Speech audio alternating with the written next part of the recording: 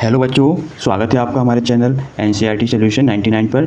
दोस्तों, आज हम क्लास 9 के सब्जेक्ट साइंस के चैप्टर 2 जिसका नाम है हमारे आसपास के पदार्थ शुद्ध हैं या नहीं, इसके कुछ महत्वपूर्ण प्रश्नों को हल करेंगे जो आपकी आगामी परीक्षाओं के लिए बहुत ही उपयोगी साबित होंगे। तो बच्चों, स्टार्ट करते हैं।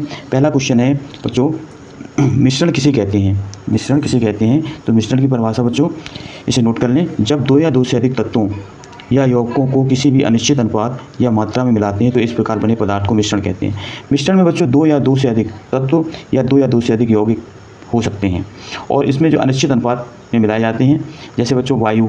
अब वायु जो है बच्चों कई गैसों का मिश्रण है। इसमें ऑक्सीजन की पाई जाती है, नाइट्रोजन भी पाई जाती है, कार्बन डाइऑक्साइड भी पाई जाती है और अदर गैसें भी पाई जाती है। इसलिए वायु क्या है बच्चों? एक मिश्रण है, ये कई गैसों का मिश्रण होता है। इसके बाद बच्चों मिश्रण के प्रकार हैं। मिश्रण बच्चों दो प्रकार का होता है, एक समांगी मिश्रण और एक विषमांगी मिश्रण। समांगी मिश्रण बच्चों क्या होता है? समांगी मिश्रण वह मिश्रण होता है जिसका संगठन सभी जगह समान हो, समांगी मिश्रण कहलाता है। इसमें विभिन्न अवयव अलग अलग नहीं दिखाई देते हैं। तो बच्चों इसमें क्या होता है, जैसे मान लीजिए बच्चों नमक को पानी में मिलाया तो नमक क्या होता है, पानी में पूरी तरह से क्या हो जाता है, घुल जाता है।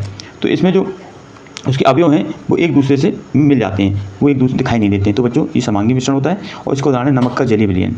दूसरा है बच्चों, इसका दूसरा प्रकार मिश्रण का विषमांगी मिश्रण। विषमांगी मिश्रण क्या होता है बच्चों? विषमांगी का इसमें बच्चों इसका अपोजिट होता है। जिस मिश्रण में भिन्न भागों का संगठन एक दूसरे से भिन्न होता है उसे विषमांगी मिश्रण कहते हैं। जैसे जल और तेल का मिश्रण। तो जो जल और तेल अगर इन दोनों को कितना भी मिला दें परस्पर मगर एक दूसरे से नहीं मिलते हैं तो ये बच्चों अलग अलग दिखाई दे देते हैं, इसलिए जल और तेल का मिश्रण बच्चों विषमांगी मिश्रण में आता है।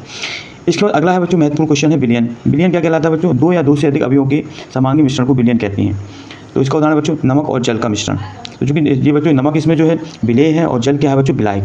विलायक की मात्रा से तो बच्चों विलेय की तुलना में ज़्यादा होती है, जबकि विलेय की मात्रा विलायक की तुलना में कम होती है। तो बच्चों नमक और जल का जो मिश्रण है वो विलयन के अंतर्गत आता है। विलयन के बच्चों दो घटक होते हैं, एक विलेय होता है और एक विलायक। तो बच्चों इसमें नमक और जल के विलयन में विलेय क्या है? नमक है और जल क्या है? विलायक है। इसके बाद नेक्स्ट क्वेश्चन है बच्चों मिश्र धातु में। मिश्र धातु में क्या कहलाती है बच्चों? दो या दो से अधिक धातुओं के समांगी मिश्रण को मिश्र धातु कहते हैं। जब दो या दो से अधिक धातुओं को आपस में मिलाते हैं तो इनका जो मिश्रण बनता है बच्चों वो क्या कहलाता है? मिश्र धातु कहलाता है। जैसे बच्चों पीतल एक मिश्र धातु है जो कि जस्ता और तांबे को मिलाने पर बनती है। इसी तरह बच्चों एक मिश्र धातु और एक कांसा। तो बच्चों ये मिश्र धातु जो होती है वो दो या दो से अधिक धातुओं को के मिश्रण से इनके मिलकर बनाई जाती हैं। इसके बाद बच्चों नेक्स्ट क्वेश्चन है विलयन के प्रकार। तो बच्चों विलयन जो है पता है आपको दो प्रकार का होता है। एक होता है समांगी विलयन के प्रकार। विलयन दो, एक विलायक आता है बच्चों विलयन में और एक आता है विलेय। मतलब विलयन के दो घटक होते हैं बच्चों, विलायक और विलेय। विलायक जो होती है इसकी मात्रा विलेय की तुलना में अधिक होती है बच्चों, जबकि विलेय की मात्रा जो होती है वो विलायक की तुलना में कम होती है। जैसे चीनी प्लस जल। तो चीनी क्या है बच्चों? इसमें चीनी है, इसमें विलेय और जल क्या है? विलायक। इसके बच्चों विलयन के गुण हैं, कुछ महत्वपूर्ण गुण हैं। विलयन क्या होता है बच्चों? एक समांगी मिश्रण होता है। विलयन स्थायी होते हैं। विलयन के कण समस्त छोटे छोटे होते हैं। कैसे होते हैं बच्चों विलयन के कण? इन्हें आंखों द्वारा नहीं देखा जा सकता है। इसके बाद बच्चों नेक्स्ट क्वेश्चन बहुत ही आईएमपी क्वेश्चन बच्चों, इसको आईएमपी लगा दीजिए। पूछा जाता है बच्चों संतृप्त विलयन। ऐसा विलयन बच्चों जिसमें निश्चित ताप पर विलेय के पदार्थ को और नहीं घोला जा सकता तो उस विलयन को बच्चों क्या कहते हैं? संतृप्त विलयन। ऐसा विलयन जिसमें निश्चित ताप पर विलेय पदार्थ की और अधिक मात्रा में नहीं घोला जाता संतृप्त विलयन कहलाता है। असंतृप्त विलयन क्या होता है बच्चों? ऐसा विलयन जिसमें निश्चित ताप पर विलेय पदार्थ की और अधिक मात्रा घोली जाती है उसे क्या कहते हैं बच्चों? संतृप्त विलयन, असंतृप्त विलयन कहते हैं। कुलाइडी विलयन बच्चों ऐसे विलयन जिसमें विलेय के कणों का आकार 10⁻⁻5 से बच्चों 10⁻⁷ सेंटीमीटर के मध्य होता है। बच्चों कुलाइडी कण बहुत इंपॉर्टेंट है बच्चों, आईएमपी लगा लीजिए, ये बार बार पूछा जाने वाला प्रश्न बच्चों। ऐसे विलयन जिनके विलेय के कणों का आकार 10⁻⁵ से 10⁻7 सेंटीमीटर के मध्य होता है तो इस प्रकार के विलयन को कुलाइडी विलयन कहा जाता है बच्चों।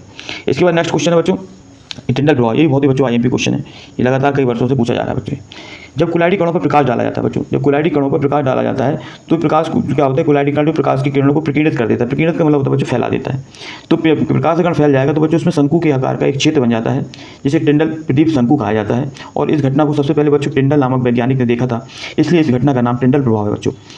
अब बच्चों ये महत्वपूर्ण पॉइंट है, आप नोट कर लें। टिंडल प्रभाव की खोज टिंडल नामक वैज्ञानिक ने की थी। कितने की थी बच्चों? टिंडल। तो बच्चों आई होप यू आपको जो है कुछ महत्वपूर्ण क्वेश्चन समझ में आए होंगे। आप इनके क्वेश्चनों को बच्चों बार बार लिखें और याद करें।